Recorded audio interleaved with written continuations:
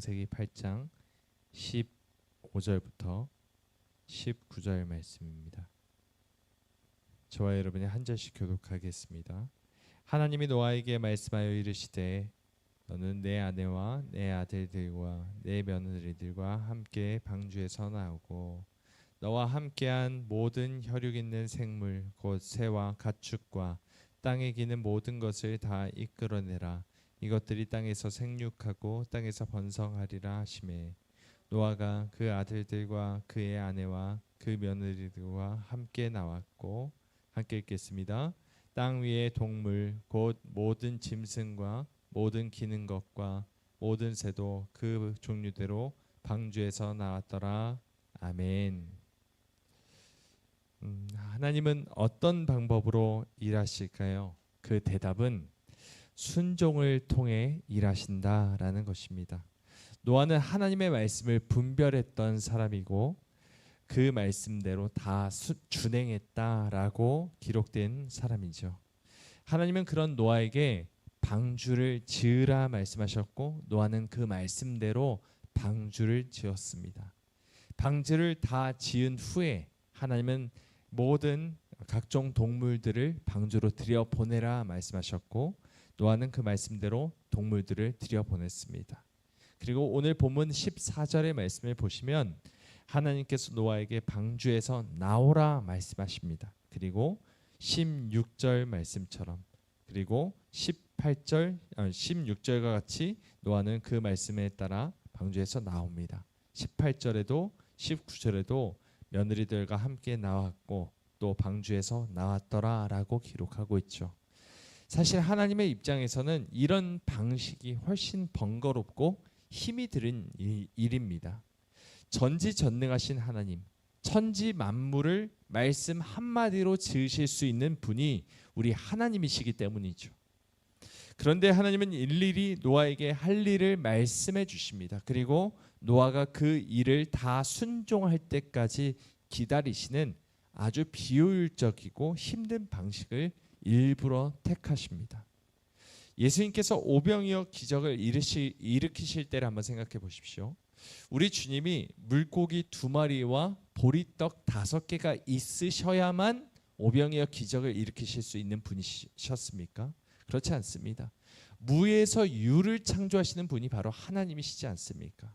그러니 능치 못하실 리 없다라는 것입니다. 하지만 예수님께서는 어린아이가 드린 오병이어를 받으시고 그것을 통해 성대한 하나님의 잔치를, 하나님 나라의 잔치를 여셨습니다. 하나님은 하나님의 말씀대로 순종하며 자신을 드리는 자들을 통해 그의 나라를 이뤄 가시는 것이죠. 여러분, 분명 순종은 구원에 직결되는 문제는 아닙니다. 그러니까 우리가 하나님의 말씀에 순종하거나 순종하지 않는 그 행위 때문에 우리가 구원을 받거나 구원이 취소되는 것은 아니라는 것입니다. 하지만 하나님의 말씀에 순종하지 않는다면 우리는 하나님의 일하심을 절대로 우리의 삶 속에서 경험할 수가 없을 것입니다. 왜냐하면 하나님은 순종을 통해 일하시기 때문입니다. 구원은 받았지만 하나님의 말씀에 순종하지 않는 자는 부끄러운 구원만을 얻을 수밖에 없다는 것입니다. 여러분, 하나님은 지금도 우리를 도전하시고 말씀하고 계십니다.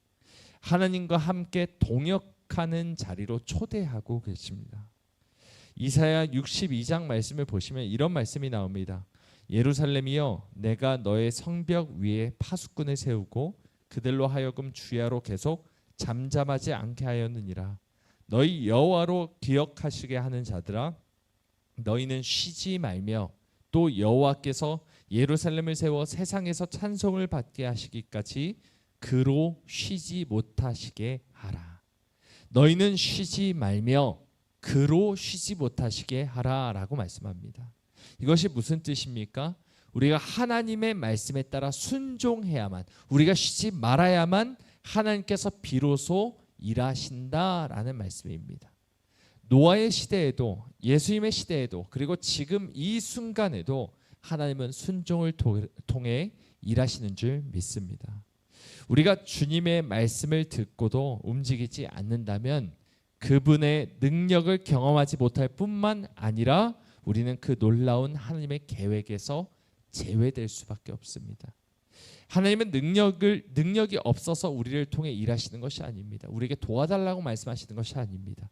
오히려 하나님은 우리를 사랑하시기 때문에, 그리고 우리를 하나님의 일에 동참시키시기 위해서 그렇게 우리를 초대하고 계시는 것입니다.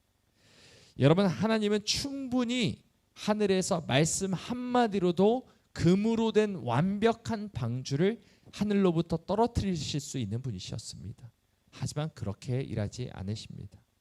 노아가 방주를 만들면서 흘렸던 땀방울, 사람들의 조롱 속에서도 믿음을 잃지 않고 나아갔던 그 시간들 속에서 하나님은 노아를 변화시키시고, 하나님은 그 노아를 완전한 자, 의인으로 빚어가셨던 것입니다.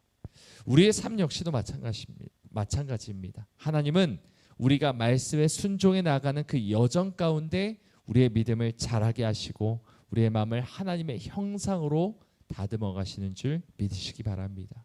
그리고 마침내 하나님은 우리의 순종을 통해 그분의 뜻과 그분의 계획을 이루십니다. 여러분, 노아는 왜 접니까? 왜 이렇게 해야 합니까? 묻지 않았습니다. 그리고 꼭 지금 이렇게 해야 하겠습니까? 사람들이 다 이렇게 비웃습니다라고 조건을 따지지도 않았습니다. 그냥 하나님의 말씀하시면 그는 다 그 말씀대로 준행했습니다. 그리고 그 순종을 통해 온 세상의 역사가 바뀌었습니다. 여러분, 오늘 우리가 드리는 작은 그 순종도 하나님의 큰 역사의 시작이 될 수 있음을 기억하며 우리의 삶을 온전히 드리는 순종의 삶을 살아내시길 주님의 이름으로 간절히 소망합니다.